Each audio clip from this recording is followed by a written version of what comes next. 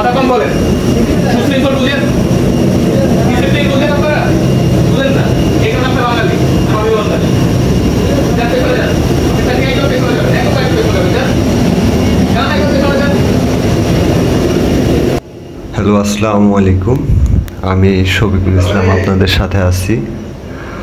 তো আজকে এখন আমরা ইন্ডিগো এয়ারলাইন্সের ভিতরে যাচ্ছি। তো মোটামুটি সব ঠিকঠাক, তবে সব কিছুই ভালো লাগছে, শুধু একটা জিনিস ভালো লাগে নাই। সেটা হলো এই ইন্ডিগোর কিছু কর্মী আছে যারা প্রত্যেকটা মানুষের সাথে খারাপ ব্যবহার করে। সামান্তা নামে একটা মেয়ে আছে আপনার এয়ারপোর্টের ভিতরে, এতটাই বেয়াদব। তারপরে এই আপনার ভিতরের থেকে যখন আমরা বিমানে উঠি, মানে ওদের কিছু কিছু লোকের ব্যবহারের কারণে এই ইন্ডিগো এয়ারলাইন্সের অনেক অনেক বদনাম হইতেছে।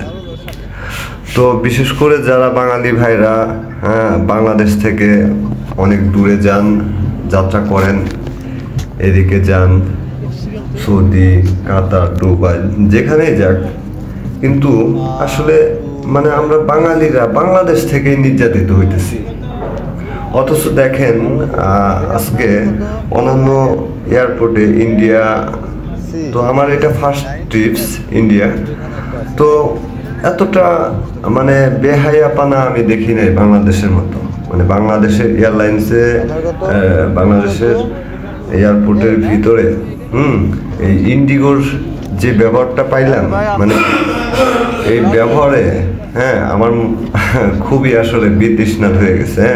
ওদের ব্যবহারটা মনে হইতেছে যে আমরা আসলে মাংনা চড়তেছি বিমানে, এমনটাই মনে হলো ওদের ব্যবহারে। অথচ ওরাই কিন্তু আমাদের টাকা দিয়ে ওদের সংসার চলে। আজকে তারাই আমাদের সাথে খারাপ ব্যবহার, দুর্ব্যবহার করতেছে। তো আসলে এটা মেনে নেওয়া যায় না। আজকে হয়তো বাংলাদেশের কর্মসংস্থান সীমিত, যার কারণে বাংলাদেশ থেকে আমরা সবাই এদেশ ও দেশ পাড়ি জমাই।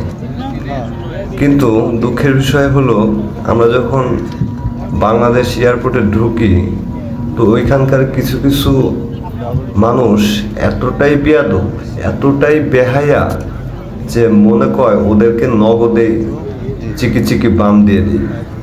ঠিক আছে? তো আসলে কষ্টের বিষয় হলো কি, যে আমরা যখন আসলাম তখন আমাদের সাথেও কিন্তু এমনটাই হয়েছে, এমনটাই ঘটছে। এই ইন্ডিগোর মানে যতটাই সুবিধা ভোগ করেন না কেন, তার থেকে ওদের খারাপ ব্যবহারটাই ভোগ করতে হবে বেশি। ঠিক আছে? তো বিমানের ভিতরে এমনটা হয়, বিমানের ভিতরে ঢোকার সময় হয়তো আপনারা কিছুটা আন্দাজ করতে পারছেন যে ওদের ব্যবহারটা কেমন হইতে পারে। আজকে আমাদের দেশ বাংলাদেশ, এই দেশে আমরা নাগরিক হয়েও বিমানবন্দরে এসে নিজের পকেটের টাকা খরচ করে এয়ার টিকিট কেটে লাস্টে ওদের খারাপ ব্যবহার আমাদের শুনতে হয়, মেনে নিতে হয়, এমন অবস্থা। তো আসলে ইন্ডিগোর ফ্লাইট ভালো, কিন্তু ইন্ডিগোর ভিতরে কিছু স্টাফ আছে যারা এতটাই বেয়াদব যে ওদেরকে মানে কি বলবো, আর আপনার ভাষা প্রকাশ করা যায় না। এরা এতটাই, কিছু কিছু স্টাফ আছে এতটাই বেয়াদব। কিছু মেয়ে মহিলা আছে, কিছু পুরুষ আছে কঠিন বেয়াদব, কিন্তু সবাই না, সবাই যে এমন হবে তা না। কারো ভিতরে মনুষ্যত্ব আছে, আর কারো ভিতরে তো কিছুই নাই। যারা আমাদের টাকা নিয়ে আজকে সুখে শান্তিতে ঘর করতেছে, সংসার করতেছে, অথচ তারাই আজকে আমাদের সাথে খারাপ ব্যবহার করে। তো আসলে আমরা বাঙালি হিসাবে এটা মানে নিতে চাই না বা মেনে নিব না, কারণ আমরা পকেটের টাকা খরচ করে তো আমরা খারাপ ব্যবহার আশা করব না। আজ আমরা বাংলাদেশি নাগরিক হয়েও আমাদের কোনো মূল্য নাই। আমরা বাংলাদেশি এয়ারপোর্টের থেকেই হয়রানির শিকার। অথচ অন্যান্য, ধরেন আমরা, এটাই তো আমার প্রথম জার্নি ইন্ডিয়া। তো ইন্ডিয়ায় এসে কিন্তু এমনটা হয় নাই, বা ওদের ব্যবহার খুবই চমৎকার ছিল ইন্ডিয়ার এয়ারপোর্টের লোকদের। ওরা কিন্তু কোনো মানুষকে না হয়রানি করছে না কোনো তো আমার সামনে যতগুলাই পড়ছে সবাই মানে মিনিটেই পার হয়ে গেছে। অথচ আমাদের বাংলাদেশ ইমিগ্রেশন থেকে পার হইতে কত যে হ্যাসাল পোহাইতে হয়েছে, মানে শুধু আপনার এই ইন্ডিগোর এয়ার টিকিট যখন আমরা বুকিংয়ে দিই, হ্যাঁ, এদের ভিতরে কিছু স্টাফ আছে, একটা মেয়ে আছে সামান্তা, কঠিন বেয়াদব। এই মহিলাটা মানে অনেক মানুষকে হেনস্থা করতেছে, মানে এতটাই ভাব দেখাইতেছে, হাই হাই কি যেন সে হয়ে গেছে, ঠিক আছে। অথচ তারা আমাদের টাকায় তারা চলে। আজকে তাদের ব্যবহারে খুবই কষ্ট পাইছি, যার কারণে আজকে এই ভিডিওটি বানানো। তো আমার কথাবার্তায় যদি কারো খারাপ লেগে থাকে তো আমায় ক্ষমা করবেন। আসলে এটাই বাস্তব যে বাংলাদেশে আমরা বাংলাদেশের নাগরিক হয়ে কিভাবে আমরা বাংলাদেশে এত হেনস্থার শিকার হই, এটা যদি সরকার দেখতো তাহলে হয়তো ওদের একটু ব্যবস্থা নিতে পারতো, ঠিক আছে। ওরা ধরাছোঁয়ার বাইরে চলে যাচ্ছে। বাংলাদেশে এয়ারপোর্টে দেখা যাইতেছে অনেক সময় চুরি হচ্ছে, অনেক সময় লাখের ছিনতাই হচ্ছে। আসলে এগুলা বাইরের মানুষ করে না, এগুলা এদের ভিতরের লোকই করে। কিছু লোক আছে যারা লোভী, হ্যাঁ, এরাই হলো মানে এই স্টাফগুলি মানে এই মানুষের ক্ষতিগুলা করে। যারা বিদেশ থেকে অনেক পরিশ্রম করে দেশে আসার সময় একটা কিছু আনছে মানুষের জন্য, সেই লাগেজ ভর্তি দেখা যায় লাগেজ উধাও, হ্যাঁ। তো ওই প্রবাসীর জীবনে তো কত যে বড় একটা ধাক্কা বা কত বড় যে একটা দুঃখ, যে এত দিন পরে আমি দেশে যাচ্ছি, আমার ফ্যামিলির জন্য এটা ওইটা নিয়ে যাচ্ছি, অথচ সেগুলাই চুরি করে নিয়ে গেছে। তো আসলে এটা দুঃখজনক।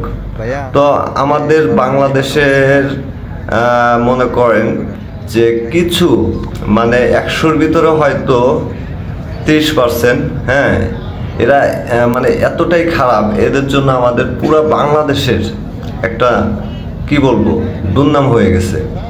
পাশাপাশি বাংলাদেশ থেকে অনেকে ইউরোপে পাড়ি জমায়। কিছু লোক আছে যারা নিজের স্বার্থ বুঝে তারা ওইখান থেকে আরেক জায়গায় পলায় যায়, হ্যাঁ। এতে করে কি হচ্ছে, বাংলাদেশের শ্রম বাজার ধ্বংস হয়ে যাইতেছে।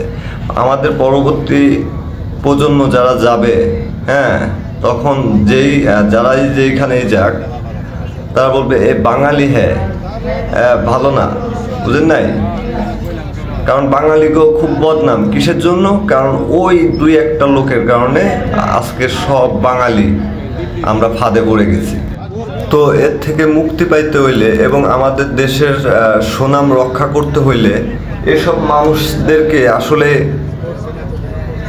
শাস্তির আওতায় আনতে হয়, হ্যাঁ। না হলে মানে এদের জন্য আরও আমরা যারা যাব ভবিষ্যতে, কারণ বাংলাদেশে তো এখন কর্মসংস্থানের আসলে সুযোগ একটু কম, হ্যাঁ, ঠিক আছে। তো আস্তে আস্তে বাংলাদেশ আরও ডেভেলপ হচ্ছে, ঠিক আছে, কিন্তু কিছু কিছু পার্সনের কারণে আজকে আমরা এই হেনস্থার শিকার। তো উপরস্থ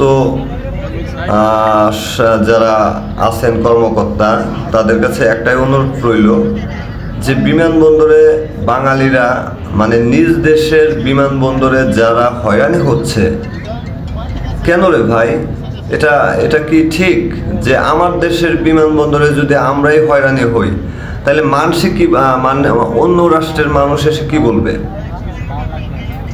ভেরি স্যাড।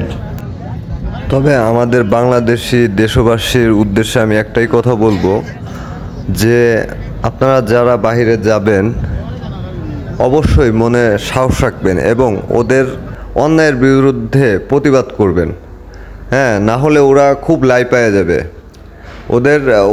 ওরা কিছুই না ভাই, আমাদের টাকা দিয়ে ওরা চলে। ওরা যদি খারাপ ব্যবহার করে ওদের সাথে উল্টা খারাপ ব্যবহার করতে হবে, হ্যাঁ। তাহলে যদি বাংলাদেশের এয়ারপোর্টের ভিতরের কার্যক্রমটা ঠিক হয়, কারণ এই কিছু কিছু বিয়াদবের কারণে আজকে আমাদের এই সমস্যাটা হয়। তো সবাইকে বলবো যে আপনারা যারা আপনাদের সাথে বেয়াদবি করে আপনারা সবাই এর অন্যায়ের বিরুদ্ধে প্রতিবাদ করবেন। তো সবাই ভালো থাকবেন। আল্লাহ হাফেজ।